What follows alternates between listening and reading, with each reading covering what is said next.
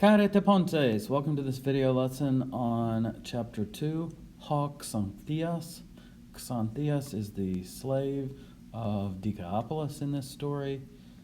Here we can see both of them working together. I believe Xanthias is carrying the plow, and we see the bus, the cow or oxen, and we see Decapolis following along behind. All right, vocabulary. Well, let's start with a little sentence there. Hamin Decapolis elaune ton bun. On the one hand, Decapolis drives the cow or the oxen.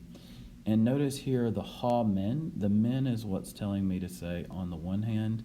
When you get men and de, we see the ha de in the second clause. Men and de together set up two parts of an equation. So on the one hand, Decapolis does this thing. On the other hand, ha doulos, the slave, pere ta aratron, carries the plow. All right, now on to the vocabulary. Ek baine, he, she steps out or comes out. Elaune, he, she drives. Now this is not in the sense of drives a car so much as drives animals, drives cattle, for instance. That means you make them go forward. You can see him there with his stick, probably getting ready to hit the cow if the cow is going too slowly. All right, next word, elte. Elte means come. Katiaude, he, she sleeps. Kale, he, she calls. Parestin, he, she is present. He, she is here or is there. Spiode, he, she hurries. Now nouns, ta aratron, the plow. Ha doulos, slave. Pronoun, ego, I. And an adjective, argos, lazy. Adverbs, hutos or huto, so or thus. Hutos is used before consonants, huto before, the other way around. Hutos is used before vowels, and then you use huto before consonants, right? All right, then may, not. That is used with an imperative if you want to make a negative imperative. Imperatives are commands, so if you want to say don't do a thing, you put the may in front of the regular command or imperative. T. Now T literally means what, but they tell you here it can mean why. So I think it's good to know from the beginning that T in its most basic sense means what, but it can also be why, kind of in an adverbial way. Sometimes to specifically use it as why, you might get dia T. So dia is a preposition that you could get in front of it. So again, T by itself is either what, or as they say here, why. I will note, you'll notice that after the T there is a semicolon. That's how you do a question mark in Greek. Their question marks look like semicolons. All right, now the particles men, de. Men and de are both postpositive particles, and they set up on the one hand, on the other hand, or on this side of the equation, on that side of the equation. It sets up two things that correlate with each other. Up above we had Decapolis on the one hand driving the oxen, and the slave Xanthias on the other hand carrying the plow. Okay. Last thing, proper name, Ha Xanthias, and that is the name of the slave here. All right, now we're going to step through the story. Ha Decapolis ek baine ek tuoiku. Decapolis steps out of his house. Kai kale ton Xanthian, and he calls Xanthias. Ha Xanthias doulos estin. Xanthias is a slave. Iskaros men anthropos argoste. A man on the one hand strong, or a strong man on the one hand, argoste, but lazy. So the iskaros is the strong, the argos is the lazy, and notice that iskaros is followed by the men, argos is followed by the de, so that contrasts those two words. A person, anthropos, on the one hand, strong. Okay, so Xanthias is strong. Argoste, on the other hand, lazy or not hardworking, right? So the again, is negating the root, and we get that erg root that we keep getting in things like George, works the earth or farms, and Alturgus, a self-worker, which is a farmer. So here we have a contraction of the and the erg root again. So argos literally means not working and thus lazy. All right, ugar ponei, for he does not work. Eme parestin ha Decapolis, unless Decapolis is present. So the may there is the same may we saw up above, can make a negative command. Here, a may means if not, if Decapolis is not present. And you could also translate it as I say, unless Decapolis is present. So the a means if, and the may means not. Or if you put them together, you can say unless. So me parestin ha Decapolis, unless or if Decapolis is not present. Nunde katiode into oiko, but now, nun, he is sleeping, katiode, in the house. Haun Decapolis, and so Decapolis, kale auton kailege, calls him and says, El te dioro o Xantia, come here, O Xanthias.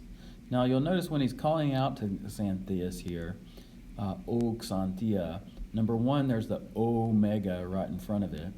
And number two, Xanthias' name has changed. The sigma has dropped off the end. That makes the vocative case. And this is a slight change in the spelling of some words that you get when you are talking to that person or thing. So here again, dropping the sigma, O Xanthia. Come here, O Xanthias. Ti katiodes. Now, ti again is that word that means what or why. Ti katiodes. Why are you sleeping? What are you sleeping for?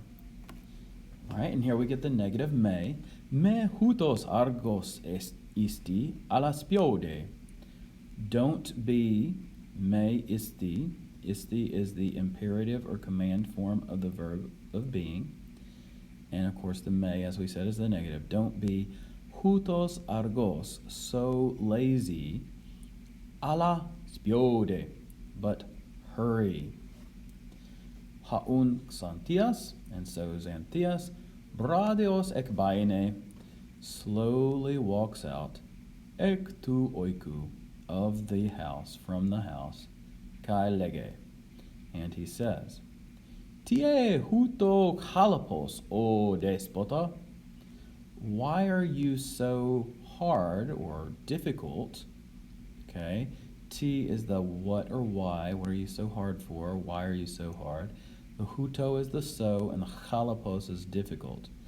A here is the you form of the being verb. So why are you, A, so difficult? So just the spelling of the word a indicates that the subject here is you. We'll find out more about that later. And then o despota. Despotes is master or lord. It's related to despot in English.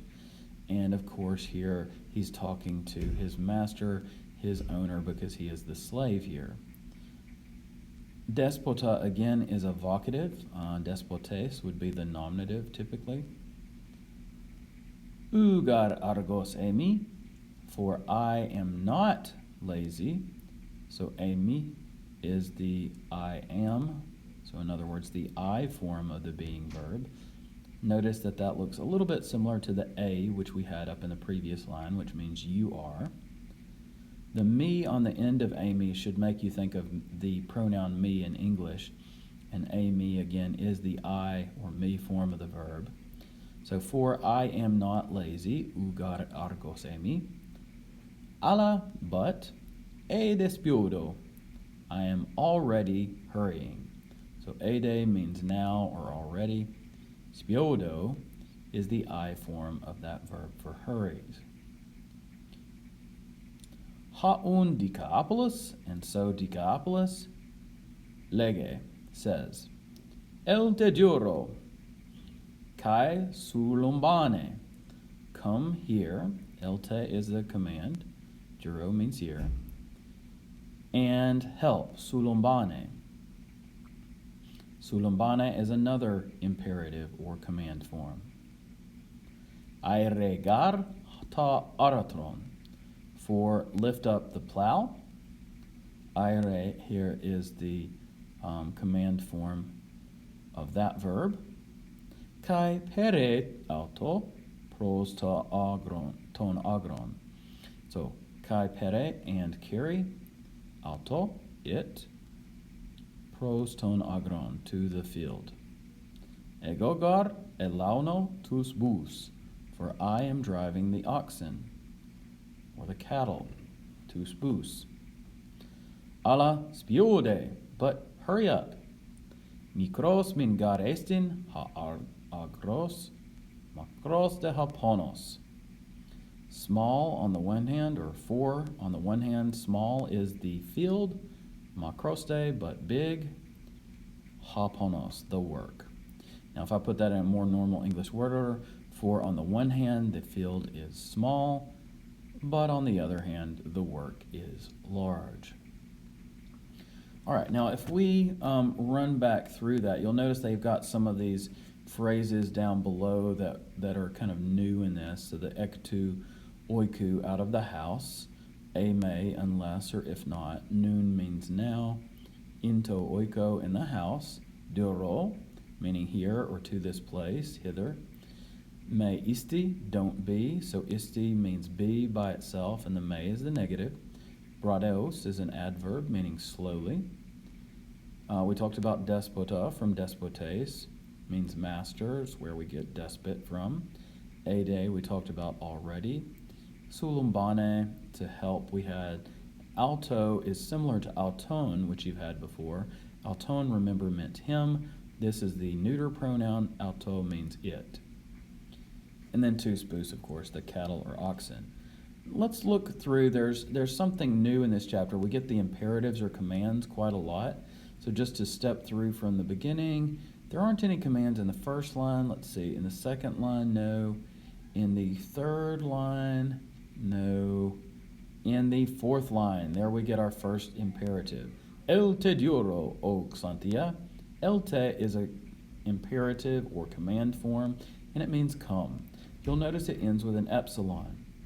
That's typical of a singular imperative or command ending. All right, and then in line 5, me hutos argos isti. Isti is an irregular imperative that means be. And we talked about me, isti means don't be. And then we get our regular imperative spiode. And again, spiode, notice, ends with an epsilon.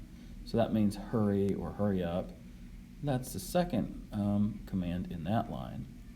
All right, then going on to line 6, no imperatives there. Line 7, no imperatives there. But then line 8, el te duro. So there's el te again, come. And then sulambane. Sulambane means to help. And here again, it's an imperative, so help. Come here and help. Notice that sulambane, like the other regular imperatives, ends with an epsilon. All right, then also in line 8, airegar. Aire, again, ends with an epsilon, and it means lift up.